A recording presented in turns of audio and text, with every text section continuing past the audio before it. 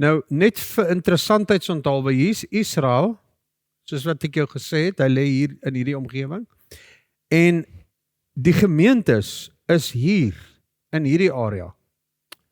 Daar is die gemeentes waarvan ons nou praat, maar vroeër was hierdie 'n hele ryk, dieselfde ryk, en hierdie was Suidoos-Asië, soos wat ons in die Bybel lees. So ek wil net vir jou op hierdie groter kaart plaas waar ons vanaand oor praat is die gemeente in hierdie gedeelte, maar en kom ons gaan so 'n bietjie nader, hierso kan jy nou sien, daar so is ons nou by die gemeente van Thyatira, en kyk wat word hy genoem, die korrupte kerk. Nou is vir my interessant dat op hierdie kaart daar spesifiek genoem word, as hy praat van Efese, die liefdelose kerk, Smyrna, die vervolgde kerk, en dan hierso die Pergamum, wat ons laas keer bespreek het, die compromising church, en vanaand is ons by die korrupte kerk van Thyatira. Nou, het is vir my baie interessant om te kyk na die kerk van Thyatira, alhoewel dit 'n baie klein en 'n mens kan sê amper half 'n betekenislose klein dorpie is, word daar veral aan Thyatira word die langste brief geskryf. Die meeste word gesê vir hierdie mense, vir een of ander rede.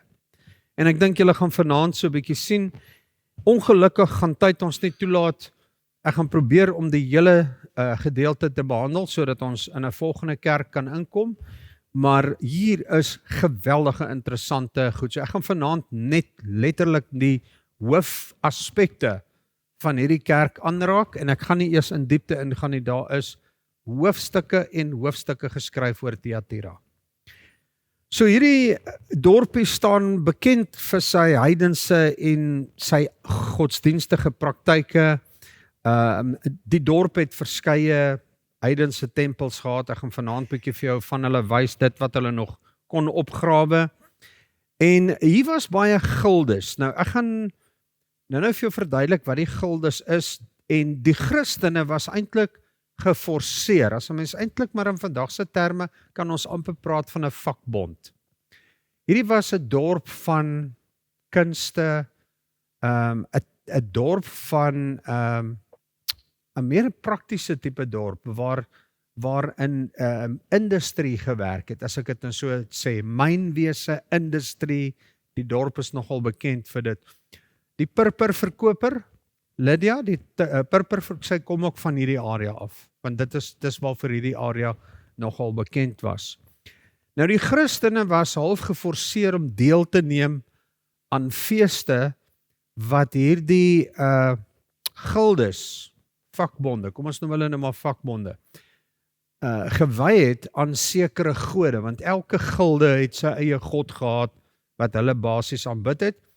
En as jy ekonomies wil deelneem aan die ekonomie van Thyatira, dan was jy as 'n Christen eintlik geforseer om deel te neem aan hierdie feeste. En dis waar die probleem ingekom het. Daarom word die korrupte kerk genoem. Nou hierdie spanning, soos wat ek nou reeds verduidelik het, is amper 'n ekonomiese spanning, dis vir ekonomiese oorlewing, maar dit gaan ook oor geestelike integriteit, wat sentraal is tot die boodskap van Thyatira. Nou het ek nog 'n kaartjie in wat julle teen die tyd nou al goed ken, Thyatira, daar sien julle, hold on to what you have until I come, sê die Here vir hulle. Verskoon tog. Nou Thyatira verteenwoordig 'n gemeente wat geloofsvol en diensbaar is. Maar die probleem is, hierdie ouens gaan 'n kompromie aan. Hulle gaan 'n morele en 'n geestelike kompromie aan met die duiwel.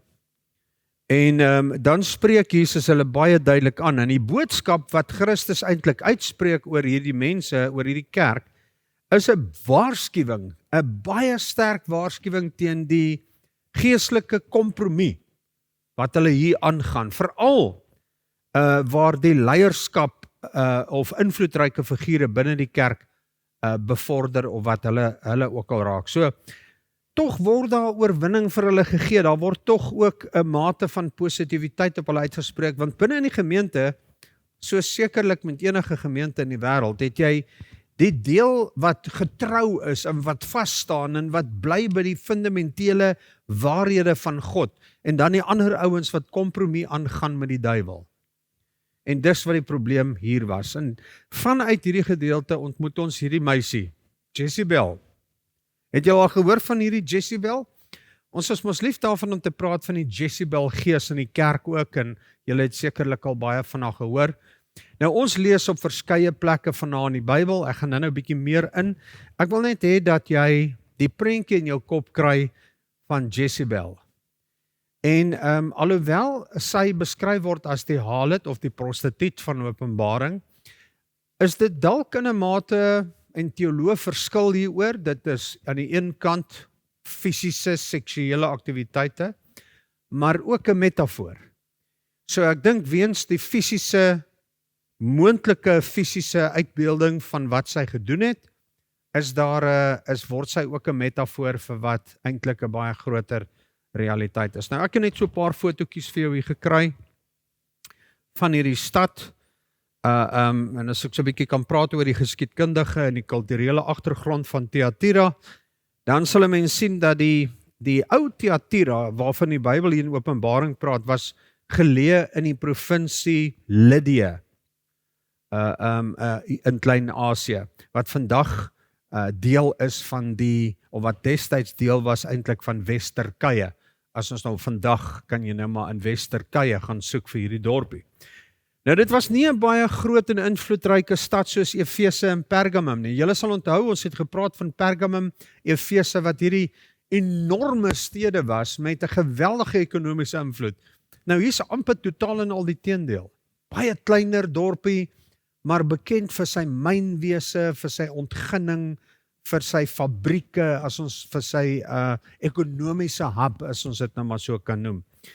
So, hulle was bekend vir hulle nywerhede, ambagte. Ons kry hierso byvoorbeeld die verf en die tekstielbedryf in Thyatira. En dit is waarvoor hierdie area nou basies bekend was. Nou, julle sal onthou, ek het nou vir julle vertel van die gildes, die vakbonde, as ons hulle nou so kan noem. Nou, daar was 'n vakbond byvoorbeeld vir die bronswerkers, die ouens wat brons ontgin het. En vir die pottebakkers en vir die leerbewerkers, vir die ouens wat purperverf gemaak het en die tekstielbedryf. Al hierdie mense het elkeen, kom ons noem dit nou, sy eie vakbond gehad. Of soos wat hulle dit noem, die gildes. En nou, as jy nou kyk na die uitsprake wat Jesus maak, dan verwys hy dikwels na metale, materiale en dies meer. En ek wil hê jy moet vroeg in hierdie gesprek verstaan dat die mense van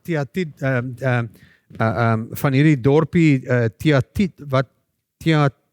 Thyatira was vertroud met hierdie tipe woorde en hierdie tipe beelde. Hulle verstaan dit. As jy vir hulle sê, dit blink soos brons, hulle weet presies wat dit beteken. So Jesus gebruik terminologie wanneer hy met hulle praat wat eie is aan hulle gebied en wat hulle goed kan verstaan. Nou daar's baie min oor van die oorspronklike Thyatira, omdat die ou Thyatira lê eintlik maar vandag onder die moderne Turkse stad Akhisar in die provinsie Manasseh. Hy lê maar onder, so daar is van die opgrawings soos wat julle nou hier sien wat heel waarskynlik dan nou deel uitmaak van hierdie ou antieke stad. Nou Ishkar is steeds 'n bewoonbare stad, maar min van die antieke strukture het natuurlik nou maar oorgebly weens veroudering en so aan. Maar hulle sê dat as jy die plek besoek, dan kan jy nou gaan kyk na die ou badhuise en ou muurrasies en goeters wat jy nou nog in daardie area kon kry. Daar is net nog 'n fotootjie. Nou, soos wat ek vir jou gesê het, dit was 'n polities en kulturele gemarginaliseerde area. So hulle was nie polities so invloedryk nie, hulle was ook nie ekonomies so invloedryk nie, maar was verantwoordelik vir die ambagte, tekstiel, mynwerk en dies meer. So onthou dit net in jou kop. So dis hulle identiteit. En dit was die ekonomiese aktiwiteite wat daar aangegaan het. as gevolg van hierdie gildes. Nou die gildes het beskermgode gehad. Die ouens wat met bronswerk gedoen het, en verwerk en wat ook al in die tekstielbedryf of verfbedryf of wat ook al, het elkeen nou 'n gilde gehad en elke gilde het 'n beskermgod gehad. Nou hierdie beskermgode was periodiek deur middel van feeste gevier. Daar was eer aan hulle gebring.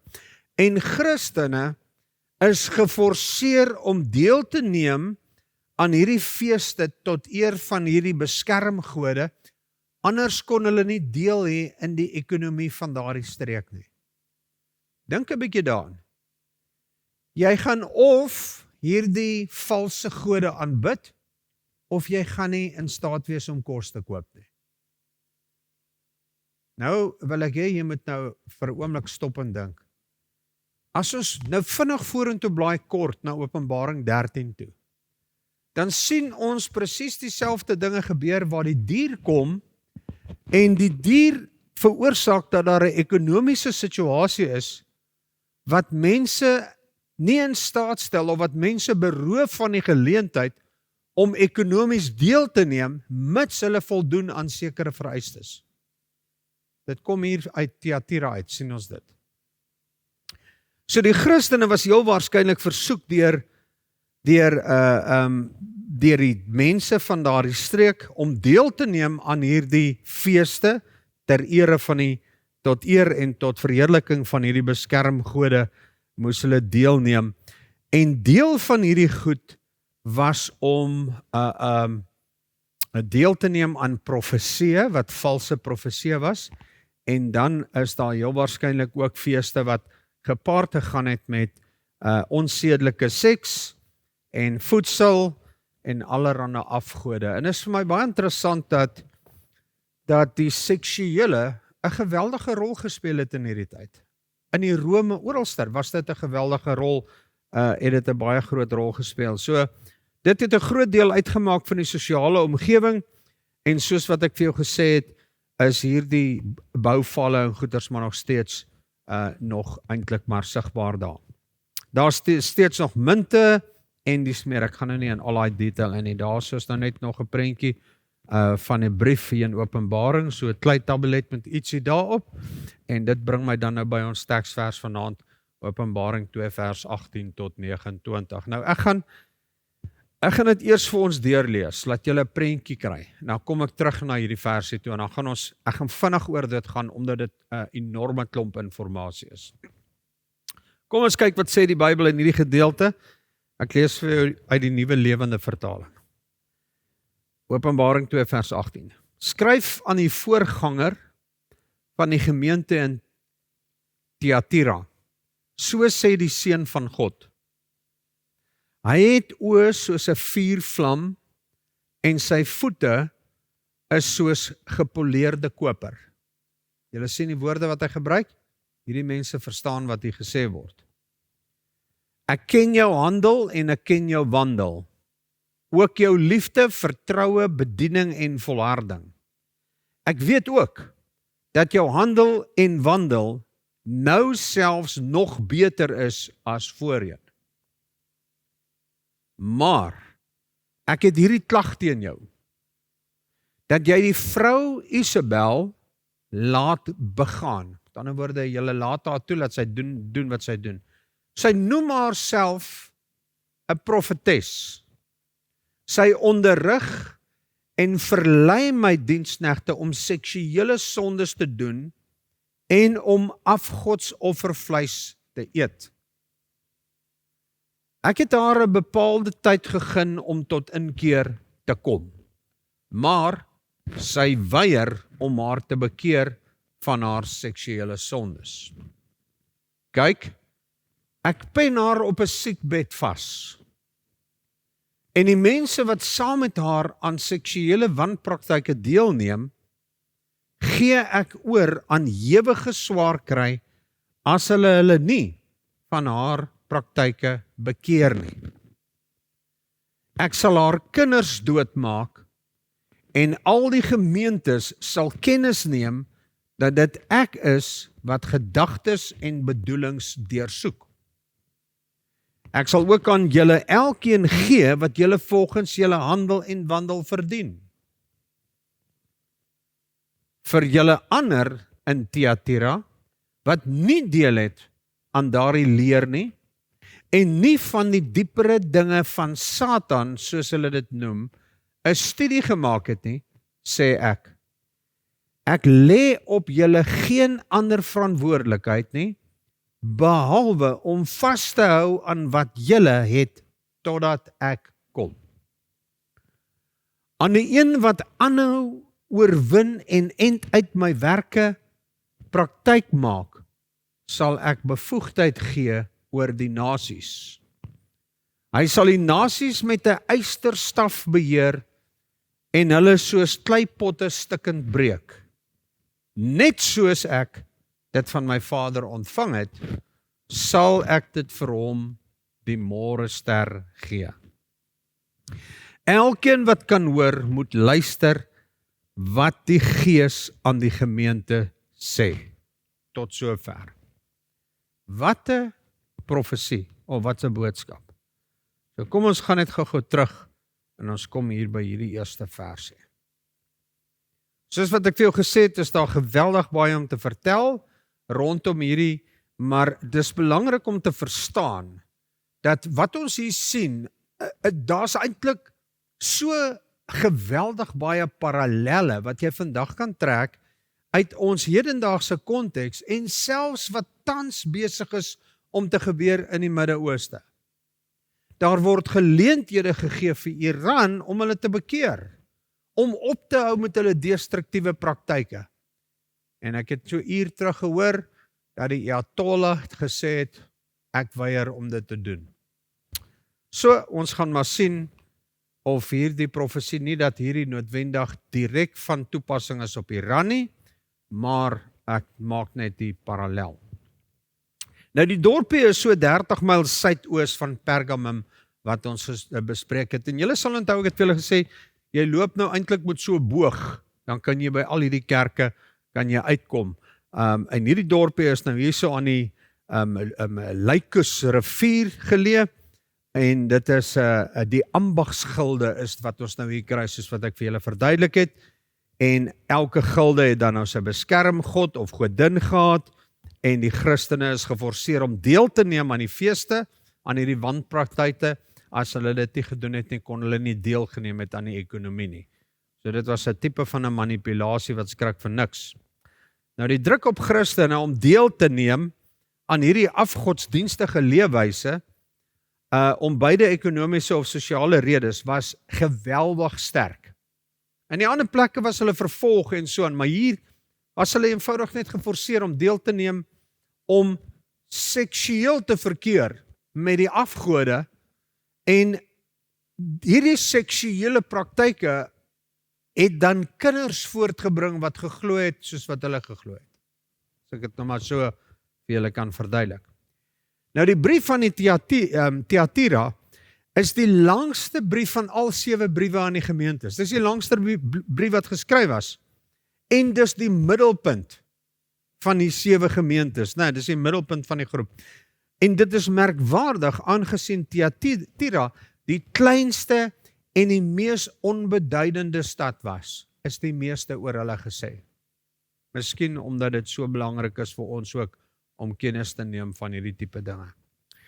Nou as 'n mens so 'n bietjie nader gaan ondersoek instel, dan sien jy dat die geestelike stryd wat daar gevoer was, loop eintlik maar parallel met die stryd wat in die eindtyd gevoer gaan word.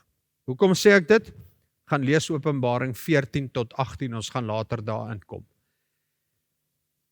Dis vir my net verstommend, as ek dit so kan verduidelik, hoe die legkaartse stukke perfek in mekaar pas.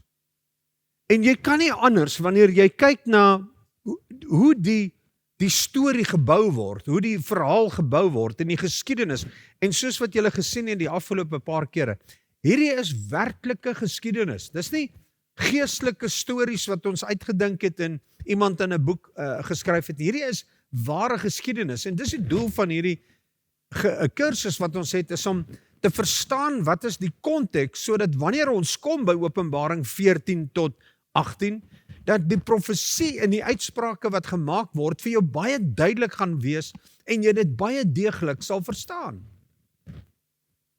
So daar's 'n parallel tussen die praktyke wat ons in Thyatira sien en dit wat later gaan plaasvind in die eindtyd. En Christus word hier vir die eerste keer in die boek Openbaring, word hy die Seun van God genoem. Met oë soos 'n vuurvlam en voete wat blink soos brons. Nou vir 'n ou wat yster smelt en brons louter of wat ook al, weet presies wat beteken dit dat die brons blink en dat die oë is soos 'n vuurvlam, want hulle werk elke liewe dag met hierdie dinge. Nou Christus se oë is soos 'n vuurvlam en sy voete so blink soos brons, beelde wat hierdie ouens baie metaalwerkers baie goed sou verstaan en dit weerspieël hulle ook tot 'n baie groot mate, né? En jy sal nou terugblaai in die Ou Testament, dan gaan jy sien daar's baie Ou Testamentiese visioene van God se heerlikheid. Jesegiel 1 vers 27 waar hy beskryf word met vurige oë en waar ons lees ook hierso nou in vers 23 wat ons nou weer gaan lees, waar hy ons gedagtes en ons harte deursoek, né? En sy voete sal hy gebruik om sy vyande mee te verpletter. Nou die keiser, interessant, was ook genoem die Seun van God. En ek spel dit met 'n klein lettertjie. Want die keiser, julle sal ons nou onthou met ons vorige gesprekke, het homself opgestel en hom tempels opgerig sodat hy aanbid sou word. En hulle noem die keiser die Seun van God, want die vorige keiser word beskou as 'n God. En dan sal die volgende keiser weer beskou word as 'n God. Daarom verwys hulle hom nou. En is dit nie interessant hoe hy die ware Seun van God probeer naboots nie? Dit is baie belangrik om kennis te neem daarvan. Ons gaan later weer daaroor praat. So, gaan so 'n bietjie van hierdie goedjies oorgeslaan. Die purper, Lydia, die purperverkoper kom uit hierdie area uit. Handelinge 16 vers 14. En dan het ek nou gepraat oor die 4 en dis meer. Kom ons kyk dan die volgende versie. Ek ken jou handel en jou wandel, ook jou liefde, vertroue, bediening en volharding. Ek weet ook dat jou handel en wandel selfs nog beter is as voorheen. So wat die Here hierso sê is daar so 'n sterk en swak punte. En dit is eintlik maar die teendeel van Efese. In hierdie gemeente blink dit uit in liefde wat sigbaar is in hulle werke, maar dit onderbreek ook aan die onderskeidingsvermoë wat hulle nodig het. So hulle is baie goed met wat hulle doen. Uitstekend. Maar hulle het 'n probleem. Hulle is moreel afvallig. Hulle is goed met hulle hande, maar hulle is nie moreel stabiel nie. Hulle maak nie goeie onderskeidingsvermoë. Hulle toon nie 'n goeie verskeidingsvermoë tussen dit wat reg is en dit wat verkeerd is nie.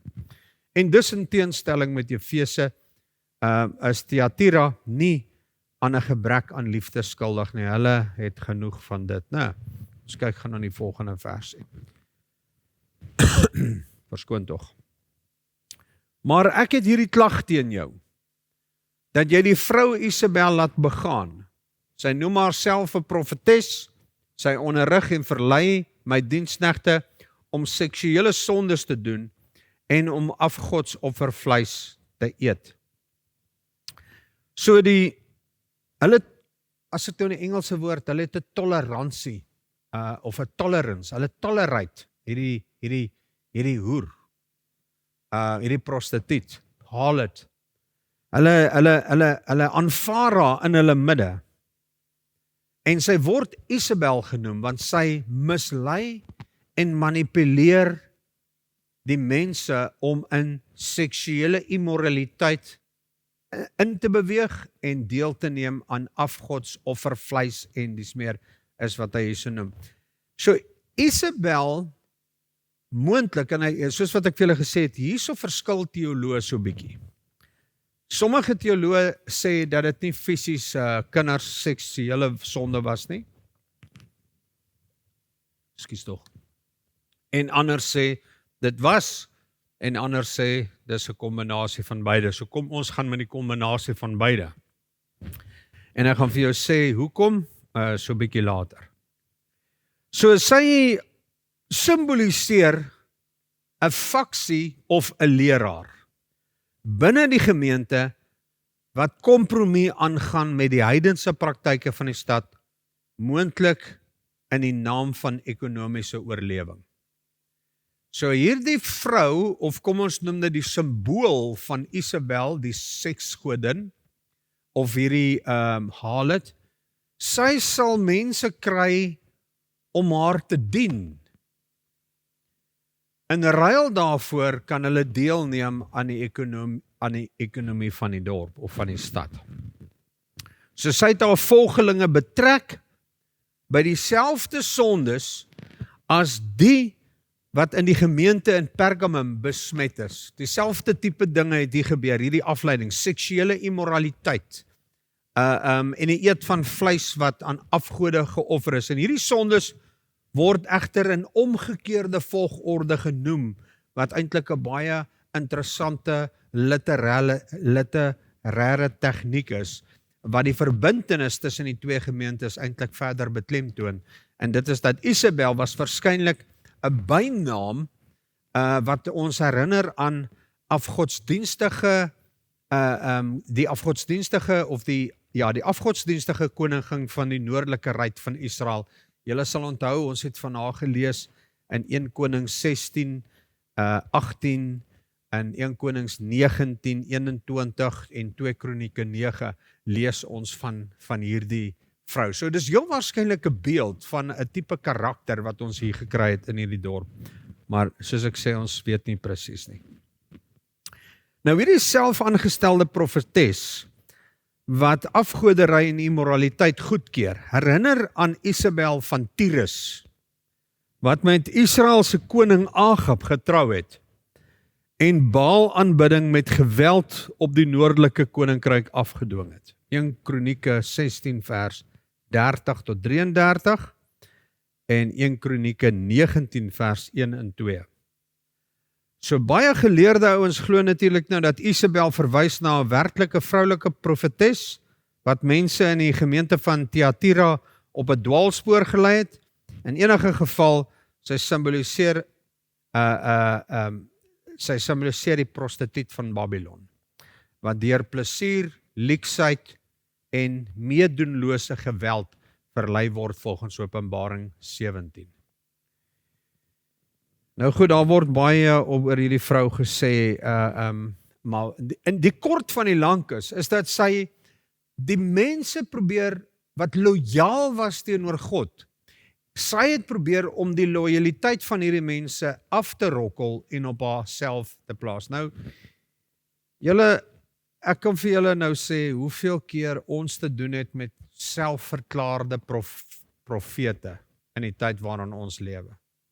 Dit slaan my dronk.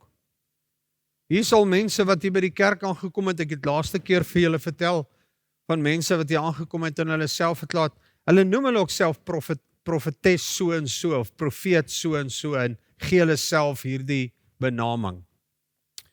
En ek wonder man net, tot watter mate hierdie selfverklaarde profete waarlik die ware evangelie van Jesus Christus verkondig, of gaan dit meer oor hulle self en hulle eie idees van hoe dinge werk. Nietemin, hierdie vrou het hierdie mense weggerokkel en hulle betrokke gemaak by heidense praktyke en hulle aangemoedig om deel te neem daaraan.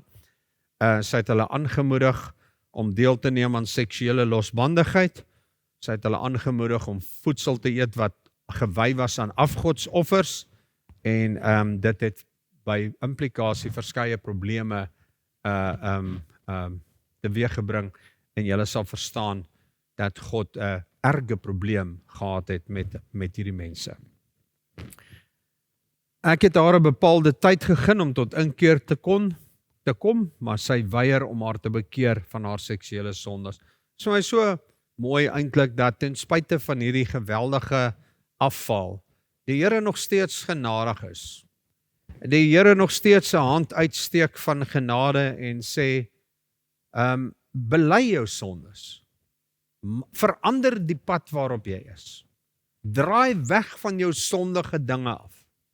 Neem my aan as jou persoonlike saligmaker. Volg my. En ten spyte van die konstante genade wat geopenbaar word, is dit net asof daar 'n hand so staan. Mense, ek kan nie help om terug te dink aan wat tans gebeur in Israel en Iran nie. Hoeveel keer was daar 'n hand van vriendskap uitgesteek na daardie nasie toe? Of kom ons sê na daardie regime toe, na daardie regering toe. En wat het hulle gedoen? Ons praat nie met julle nie. Daar's 'n ideologie wat hulle bind en verhoed om te praat met enigiemand anders om vrede te kan vestig. Die Bybel sê, in die laaste dae sal hulle sê, vrede, vrede, maar daar sal nie vrede wees nie. Daar sal gesprekke van vrede wees. Jy kan gaan lees, Matteus 24, Jesus se eie woorde. Matteus 24 en 25 kan jy gelees. Mense sê daar sal vrede, vrede, hulle sal praat van vrede, vrede, maar daar sal nie vrede wees nie. Die een nasie sal teen die ander ene opstaan, broer sal teen broer opstaan. Dis die tyd waarin ons lewe, julle. Ek vir julle sê, dis so duidelik soos daglig. Jy het nie 'n profetiese uitspraak nodig om dit te verstaan nie. Ek vir jou sê, dit is wat nou gebeur. En ek wil ongelukkig hierdie ding ingooi. Baie leraars spandeer baie tyd om te probeer verduidelik watter stad en watter land wat simboliseer en om die storie van die Bybel uit by mekaar in te sit. En daar's sekerlik niks fout daarmee nie. Maar niks van daai goed maak saak as jou lewe met God nie reg is nie. As daar een ding is wat hierdie tyd vir jou moet skree, is dit kry jou saak met die Here reg. Net soos wat Jesus hierso sê, ek het vir haar 'n bepaalde tyd gegee om tot inkeer te kom. En let wel, hy sê 'n bepaalde tyd. Daar's 'n einde aan die genade van die Here. Daar's 'n punt waar hy sê, dit is nou genoeg. Genoeg kansse het ek nou vir jou gegee. Genoeg het ek na jou uitgereik. Genoeg het ek nou jou probeer oortuig en jou met liefde genader en vir jou 'n geleentheid gegee om af te sien van jou sonde. En dan op 'n punt, dan sê hy, maar sy weier om haar te bekeer van haar seksuele sonde. Ten spyte van die hand van genade en liefde wat na haar toe uitgesteek was. Maar niks gebeur nie. Sy bekeer nie van haar sondes nie en sy weier om op te hou met die dinge wat sy doen en dit beïnvloed nou die toorn van die Here wat losgelaat word oor hierdie situasie. Kyk, sê die Here, ek pen haar op 'n siek bed vas. Wat gebeur op 'n bed? Die seksuele praktyke gebeur op die bed en die profeet of die Here self vat hierdie einste insident terug na die bed toe. Hy sê, en ek pen haar op 'n siek bed vas. En die mense wat saam met haar aan seksuele wanpraktyke deelneem, gee ek oor aan ewige swaarkry as hulle nie van haar praktyke bekeer nie. Siekbed van lyding. Nou ek wonder of jy miskien dalk gou saam sal blaai na 1 Korintiërs 11 toe. Kom ons doen dit gou-gou. Ek gaan net gou hier na 1 Korintiërs 11 toe blaai. Ek wil dit gou-gou vir jou lees. 1 Korintiërs 11 vers 29 en 30. Luister gou hier. Paulus skryf hier, hy sê, maar elkeen moet eers homself ondersoek voor hy van die brood eet en uit die beker drink, want hy wat eet en drink sonder om te besef dat dit die liggaam van die Here is, bring daardeur 'n oordeel oor homself. Daarom is daar baie swakkes en sieklikes onder julle en sterf daar baie van julle. As ons onsself vooraf reg ondersoek het, dan gaan hy nou verder aandag. Daar's 'n direkte verband in hierdie spesifieke geval tussen siekte en wanpraktyke van die duiwel. Nou Isabel, soos wat ek vir jou gesê het, is moontlike bynaam vir 'n valse profetes, en wat ons herinner aan die Bybelse Isabel, of die Bybelse Isabel se sondes, om Israel van God af weg te lei, en sy noem haarself 'n profeet, want sy wil hulle oortuig. Nou die oorspronklike Isabel was selfs nie 'n profeet nie, maar sy, julle sal onthou, 1 Konings, dit staan in Konings 18, was daar 'n profeet Isabel, en wat het sy gedoen? Sy het 850 valse profete het sy ondersteun, en wat het sy gedoen? Sy het hierdie valse profete gestuur, om indien moontlik die profete van God te oortuig. Onthou julle die storie? In Konings, 1 Konings 18. So sy mislei die diensknegte om seksuele immoraliteit te pleeg. Sy wil hê dat die mense van God moet ook agter die sondige wêreld en sy dinge aangaan en geestelike sonde pleeg en hulle rug op God draai. Maar daar is nou, soos wat ek vir jou gesê het, heel waarskynlik ook fisiese seksuele immoraliteit van Thyatira, want dit was 'n algemene ding in die heidense tempels wat ons gesien het by die vorige gemeentes en die vorige dorpe ook. So ek kan maar net dink dat dat dit nie anders was by Thyatira nie. Aangesien, as ons na die volgende teks gaan kyk, daar gepraat word van haar kinders wat ook sal sterf. So dit is dalk nou maar moontlik ook dit. Kyk hierso, ek sal haar kinders doodmaak en al die gemeente sal kennis neem dat dit ek is wat gedagtes en bedoelings deursoek. Nou dit kan moontlik wees dat as jy 'n valse profeet is en ek probeer jou mislei van die evangelie van die kruis van Jesus af.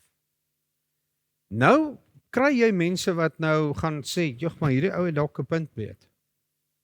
Hy het dalk 'n punt beet.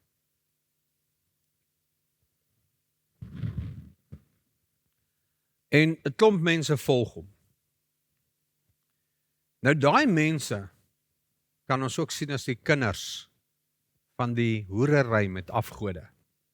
Dit kan op 'n metaforiese manier beskryf word.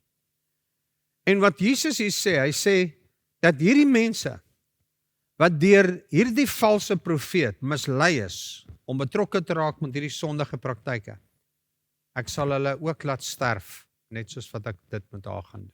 Daar kom 'n tyd wat God se genade tot 'n einde kom. Want sy, Isabel, word nou half beskou as hierdie geestelike of afvallige moeder,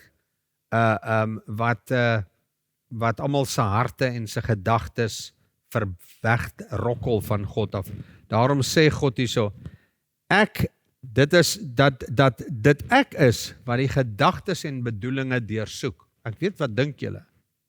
Ek sal ook aan julle elkeen gee wat julle volgens julle handel en wandel verdien. God weet wat ons dink, hy weet wat ons beplan, hy weet waarmee ons worstel, hy verstaan ons diepste wrogings, en dan sê hy, ek sal aan julle elkeen gee wat julle verdien. Sal julle volgens julle dade sal julle ontvang. Daar's honderde teksverse wat dit uitbeeld. Nou die uitdrukking van die groot verdrukking verwys nie hier nie noodwendig na die eindtydse verdrukking net voor Christus se wederkoms nie, soos wat dit uitgebeeld word in Daniël en so, maar eerder na 'n tyd van intense lyding van onbekende aard, spesifiek in hierdie konteks. Goed, ek wil net so 'n bietjie oorgaan, want ek het nou hier 'n horde goed bymekaar gesit vir julle.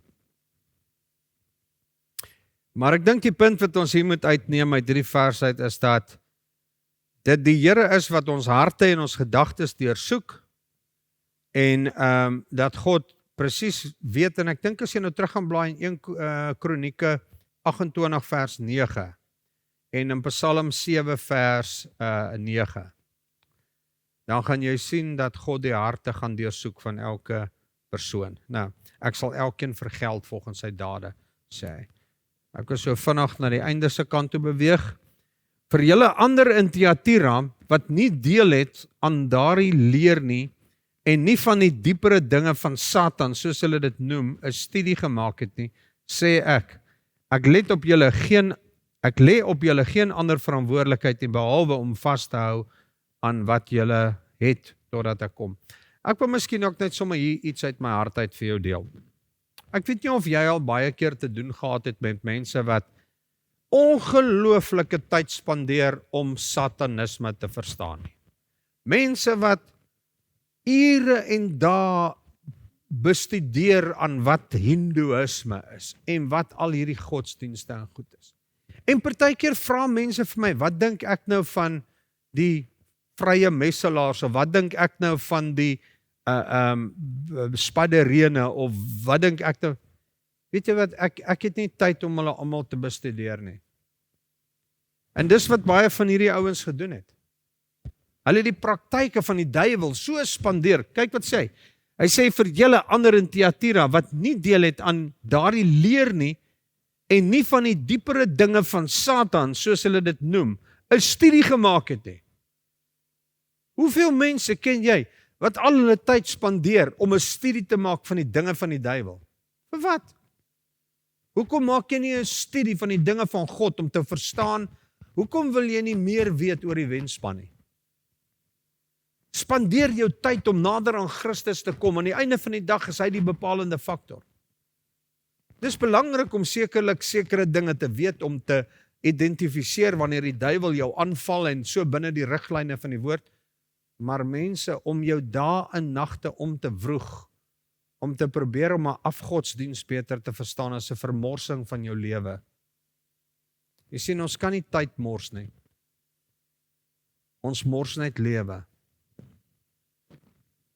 So Jesus se oë onderskei opregte gelowiges van die wat God se woord verlaat om elders te soek na die diepere dinge van Satan, hulle bedrieglike beloftes en behoeftes en dies meer.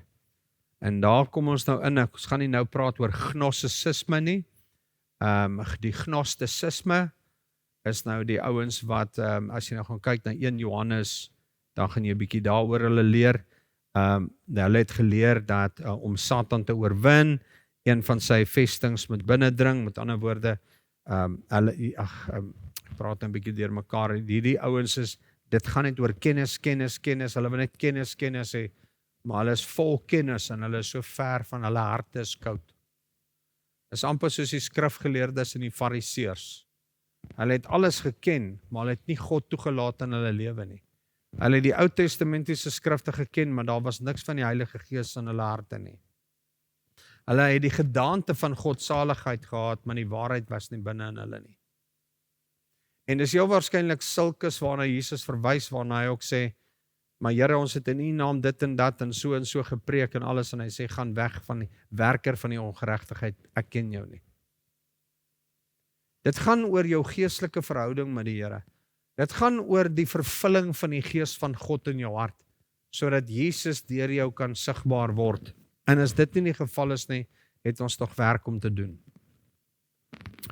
Nou goed, kom ons gaan na die volgende versie toe.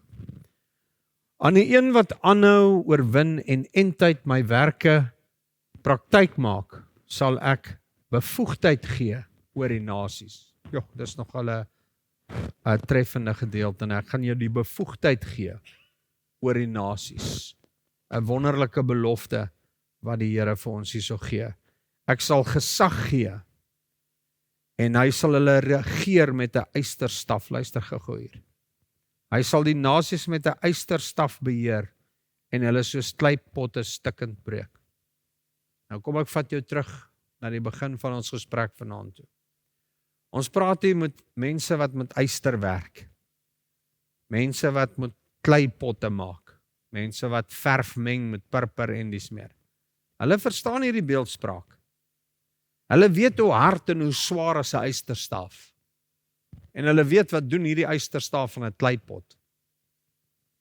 Presies die regte metafoor, sodat hulle mooi kan verstaan wat hier gesê word. Hy sal die nasies met 'n ysterstaf beheer en hulle soos kleipotte stukkend slaan. As jy dit vir 'n ou sê wat in Thyatira gebly het, gaan hy onmiddellik weet, dis 'n verskriklike beeld wat hier uitgebeeld word. 'n Metafoor. Die ysterstaf is simbool van God se sterkte en sy heerskappy, want hierdie mense het verstaan hoe sterk is yster, né? En dat hy die oorwinning sal gee vir die wat vas staan. Net soos ek dit van my Vader ontvang het, sal ek dit vir hom die môre ster gee. Wie is die môre ster? Jesus Christus is die môre ster. En ons lees op talle plekke in die Bybel daarvan. Ek gaan nie eers op almal van hulle in vanaand nie. Ons lees dit daar. Laaste versie. Elkeen wat kan hoor, moet luister wat die Gees aan die gemeente sê. Hierdie het ons ook al voorheen gehoor. Dit is asof hy 'n beklemtoning maak en hy sê, luister na wat ek vir jou sê. As ons hierdie gedagte bring na vandag toe, is dit verbasend hoe akkuraat die beskrywing van Thyatira eintlik presies in plek val met wat ons sien vandag in baie opsigte gebeur.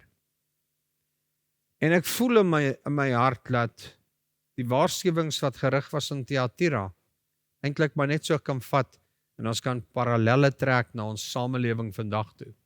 En ons sien hoe mense weggerokkel word van God af. Net toe ek by die huis kom vanmiddag, toe lê ek daar op die bed, ek was so moeg en uitgeput. En ek kyk sommer gou 'n bietjie na die nuus en wat gebeur, wat gaan aan. En terwyl ek so blaai, toe sien ek, gister was daar 'n artikel geplaas op YouTube van 'n pastoor in Amerika. En daar is uitknipsels van hoe hy nou preek en aangaan op die verhoog en hy hardloop rond en hy prys die Here en verkondig die evangelie aan mense. En sekuriteitskameras het hom gevang met 'n masker op, waar hy 'n hele aantal mense gaan vermoor het. Die hele storie geskryf het daaroor nogal. Siek in sy kop. Mense gaan vermoor het, in hulle huise doodgeskiet het met 'n masker op. En selfs verklaar het dat hy saam met die polisie werk vir hierdie mense en in hierdie ondersoeke. Uiteindelik is hy uitgevang. Mense, jy weet, ek wonder baie keer en ons gaan dit meer sien met die vordering van artificial intelligence, gaan ons praat van deepfakes. Deepfakes is wanneer ek 'n foto van jou vat en ek laai dit op 'n AI model en ek sal dit miskien dalk een aand vir julle demonstreer. En ek vat 'n foto van jou en ek vat daai foto en ek prosesseer 'n video van een foto. Ek het net 'n prentjie van jou.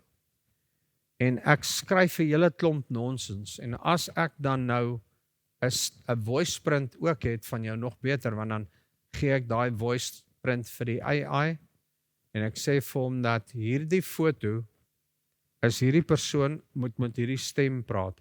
Dan kan ek enige ding skryf wat hierdie persoon moet sê en hy sal dit sê en jy sal nie weet dat dit nie daai persoon is nie. So naby is dit aan die waarheid. Maar dit is 'n leuen. Ek het 'n video ontvang wat iemand vir my gestuur het hierdie week, eintlik laasweek, van 'n klomp bekende, gerespekteerde teoloë, wat hulle geloof en 'n verdraaide evangelie verkondig. Maar dis 'n leuen. Dis AI generated. Jy kan dit nie onderskei nie. En baie sal mislei word. Indien moontlik selfs die gelowiges. Ek sê dit oor en ek sê dit vanaand weer. As jy nie werklik waar die gees van die Here in jou lewe het nie, sal dit amper onmoontlik word om onderskeid te tref. Jy gaan net die gees in jou hart hê wat vir jou gaan sê, dis nie die waarheid nie. Want met jou oë sal jy dit nie kan sien nie. Dis te bedrieglik. So ek wil ek vir jou sê, kom ons kyk na hierdie versie wat sê, as jy kan hoor, moet jy luister na wat die Gees sê. Die tyd is besig om uit te loop. Maak jou saak met God reg. Kom ons sluit ons so. Here, ons sê vir U dankie dat ons uit die gemeente van Thyatira kan leer hoe ons ook moet optree en waarvoor ons waaksaam moet wees. Help ons om nie te val vir die lustige aanslae en die versoekings van die duiwel nie, maar dat ons stem gefokus sal hou op U. In die naam van Jesus. Amen.